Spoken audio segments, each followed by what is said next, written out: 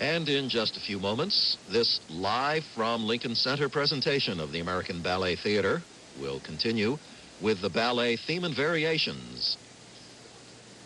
The choreography was made for American Ballet Theater in 1947 by George Balanchine. The music is by Tchaikovsky. It's from the Suite Number 3 for Orchestra by Tchaikovsky. And our audience greets the return of our conductor, Akira Endo.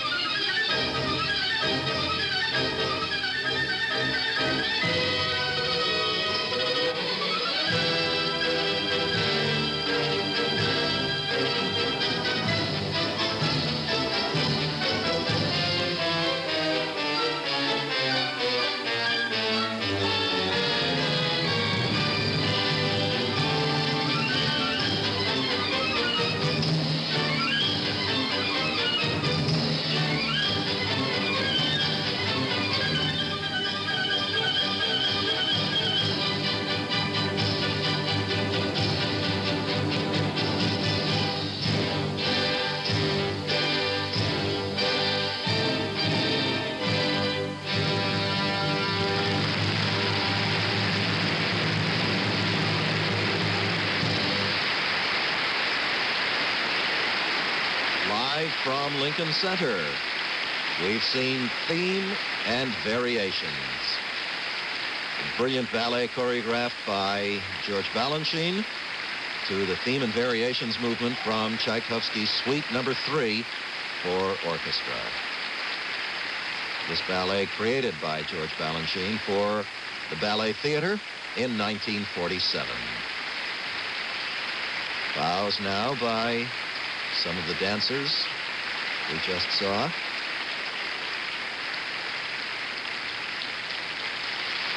And here on the left, Gelsey Kirkland. On the right, Mikhail Barishnikov. Gelsey Kirkland, a native of Bethlehem, Pennsylvania, a dancer with the American Ballet Theater since the fall of 1974. And a rose to her partner, Mikhail Barishnikov. Mr. Barishnikov was not born in Russia, as is commonly supposed, but rather was born in Riga, Latvia. His parents were Russian. He was born in Riga in January of 1948. He attended the local school there and then applied to the School of the Theater Opera Ballet. Barishnikov spent 3 years at that school studying academic subjects as well as classical ballet. He also learned to play the piano there, and he had dreams of one day becoming a professional pianist. Now, all the dancers in theme and variations. Gelsey Kirkland trained entirely at the School of American Ballet, where she gained early stage experience dancing children's roles in The Nutcracker and in A Midsummer Night's Dream. Her onstage personality and her technical purity have inspired some of America's major choreographers to create new ballets for her. And here now, Mikhail Barishnikov and Gelsey Kirkland. When he was a member of the Kirov Ballet, Barishnikov made several foreign tours to Japan and Australia, to Spain, to London and Amsterdam.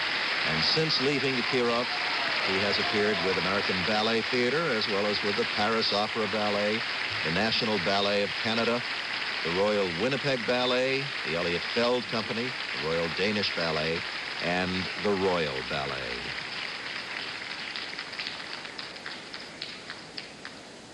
And once again, a reminder that the magazine On Point, which American Ballet Theater produces 4 times a year, gives you a unique glimpse into the behind-the-scenes effort that goes into bringing this unique company alive. In addition to a great number of performance photographs, On Point gives you interviews with the stars of American Ballet Theater and a backstage view of new productions, their designers and performers. The current issue is all about Mikhail Barishnikov's extraordinarily successful new ballet, Don Quixote. If you'd like to have a free copy of this issue, it can be yours by writing to American Ballet Theater Friends, 888 7th Avenue, New York, New York, 10019. Remember, On Point magazine tells you all about American Ballet Theater and its activities throughout the year. Send for your free copy now to American Ballet Theater Friends, 888 7th Avenue, New York, New York, 10019. And now, once again, let's go backstage to Robert McNeil. Well, we now have the pleasure of talking to the fabulous dancer you've just seen, the brilliant young American star, Gelsey Kirkland, at 25, principal dancer with the American Ballet Theater. She was born in Pennsylvania, studied ballet since she was 8, and she is greatly admired by the leading dancers of the day for her technical brilliance and her strength and fluidity. And you may have seen her featured recently on the cover of Time magazine. Gelsey Kirkland, you... Well, that was incredible, that. Really incredible. Why don't you sit down and relax? How does a dancer feel about it herself after all that effort? Like going into retirement. Oh, really? Seattle flew 10 months ago. When you come out of doing something like that, how does your body feel? That's a terrific exertion. I've been watching you from the wings. How do you? You don't feel it, you know. You don't? Just don't feel it anymore. It's past the point. You start the ballet and you have a body, and then afterwards you come off stage and you look down and your legs are there, but you would never know it. You didn't know they were there. And what do you feel? What do you feel up here? What do you feel sort of emotionally? Is it a high coming up? So relieved that it's over. This ballet, especially. Why? Well, some ballets you feel, if it's about performance, disappointed. It depends on the ballet, of course, and the performance. This particular ballet has always been very difficult for me. I've done it since I was... You danced it at 17 or 16? And it hasn't gotten any easier or any better. Isn't that extraordinary early in one's career to dance something as difficult as this? Unusual, isn't it? Yeah. You know, Mr. B always used to... Mr. Balanchine? Balanchine, right. He always threw me out there like jumping into cold water, you know. And at the time, it was always such a shock, but I think it was probably the best way because I tend to procrastinate. And I think just by doing that, I got it all over with very soon. I see. Have you changed the part a lot in the, 8 years since you've been dancing? You said in jokes, as a joke a minute ago, it hasn't improved, but I mean, have you actually changed your interpretation of it? Well, in the sense that when I was 16, I wanted so desperately to be 24 at least, you know? Yeah. So I always tried to be elegant and tried to be regal, and that was a big mistake. And now at least I feel that I dance it hopefully more naturally, more, I mean, even a princess is just a princess. You don't have to try to be one. I just feel that I let it happen more instead of forcing it so much. And certain areas of my technique feel stronger, and in a way I feel that it was easier for me to move quickly when I was 17. But other areas feel stronger and more enjoyable. I feel I can relax in places. I used to use all of my energy every moment, and I think that's changed, but So you get stronger, do you, as you... Well, different areas of your technique develop, and some, for instance, I haven't done many Balanchine ballets in this company, so I'm not doing them constantly, so it's more difficult in a way when you go back to it, even though it's in your blood. It's not, it's like going back to a classic that you've left for years. You know, it's not in your body, and you just have to rework it over and over. Do you prepare very differently for a ballet like this, which to my eye seems a sort of pure dance, than you do for a ballet, one of the more dramatic ones, where you're actually playing a character or a part? I hope so.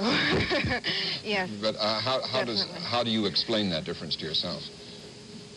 It's totally different. As the steps become the character, they have to speak for the character, and that in itself requires totally different movement quality, and you have to, you're not yourself dancing. I mean, you have to, it's like, I suppose, a professional actor would actually have to start from the beginning, finding the character and finding what he sees personally for himself in the character, and then you have to make the steps reflect the character so that it's not dancing just for the sake of dancing.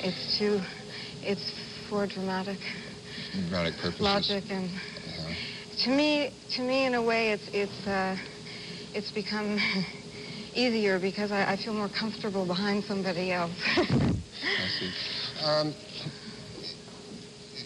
Is there a particular dancer or ballerina who early on in your career you noticed and really inspired you, who you had carried as a kind of model for a while? You know, many different ballerinas, but I really, The ballerina who influenced me more than anything, and it wasn't that young, but Makarova, when she first came, was my total inspiration. I think more so than anybody had ever been in my life. Why? Can you explain that? You know, Was it a revelation to you, or just a different way of doing it? It was really a revelation. It was as though everything that I had never actually developed a beautiful picture of the way I saw movement, but I always knew that there was something that I wanted to see and attain that I had never seen, and I couldn't picture it because nobody had ever reflected it. And when I saw her, she did. I see. Does a dancer as advanced, if that's the word, as you are, does she still learn by watching somebody like Makarova? Oh, yes. Yes. Because, well, first of all, everybody is so individual, and I mean, it's one thing to appreciate somebody, and then there are certain people who you really feel you can learn from. And Makarova works. Her body is very educated and very intelligent. You can tell it's all worked in her body, and that's what's interesting to watch, because you really can learn from something like that. Somebody who has developed a way of working instead of a natural dancer. I think that she is natural, but she's also, she knows her body, and I've learned a great deal. And I'm sure everybody at any point in their life could. Let me ask you something that intrigues me finally. Has suddenly becoming not just a celebrity within your profession, but in recent weeks, a national celebrity? Isn't everybody who has his picture on the cover of Time magazine? I know, isn't that strange? That Well, I just wonder, what does it do to your actual work? Does it change it at all to be? Well, it did. You know, I mean, of course it didn't, but when I saw the cover, I was working, and it changed my work. I couldn't work for 5 minutes, you know. Yeah. But no, it doesn't at all. It's very removed from what you're doing. And the nice thing about it for me is that I'm not very good at doing publicity, and it was just, couldn't ask for better publicity. Yeah. So it was a wonderful thing to happen to me, and especially my grandmother. You know. She loved it. Great. Well, it's very kind of you to talk to us. Thank you very much, and I thought the performance was just splendid. So thanks so much. Thank you. Bye-bye. Well, we're going to talk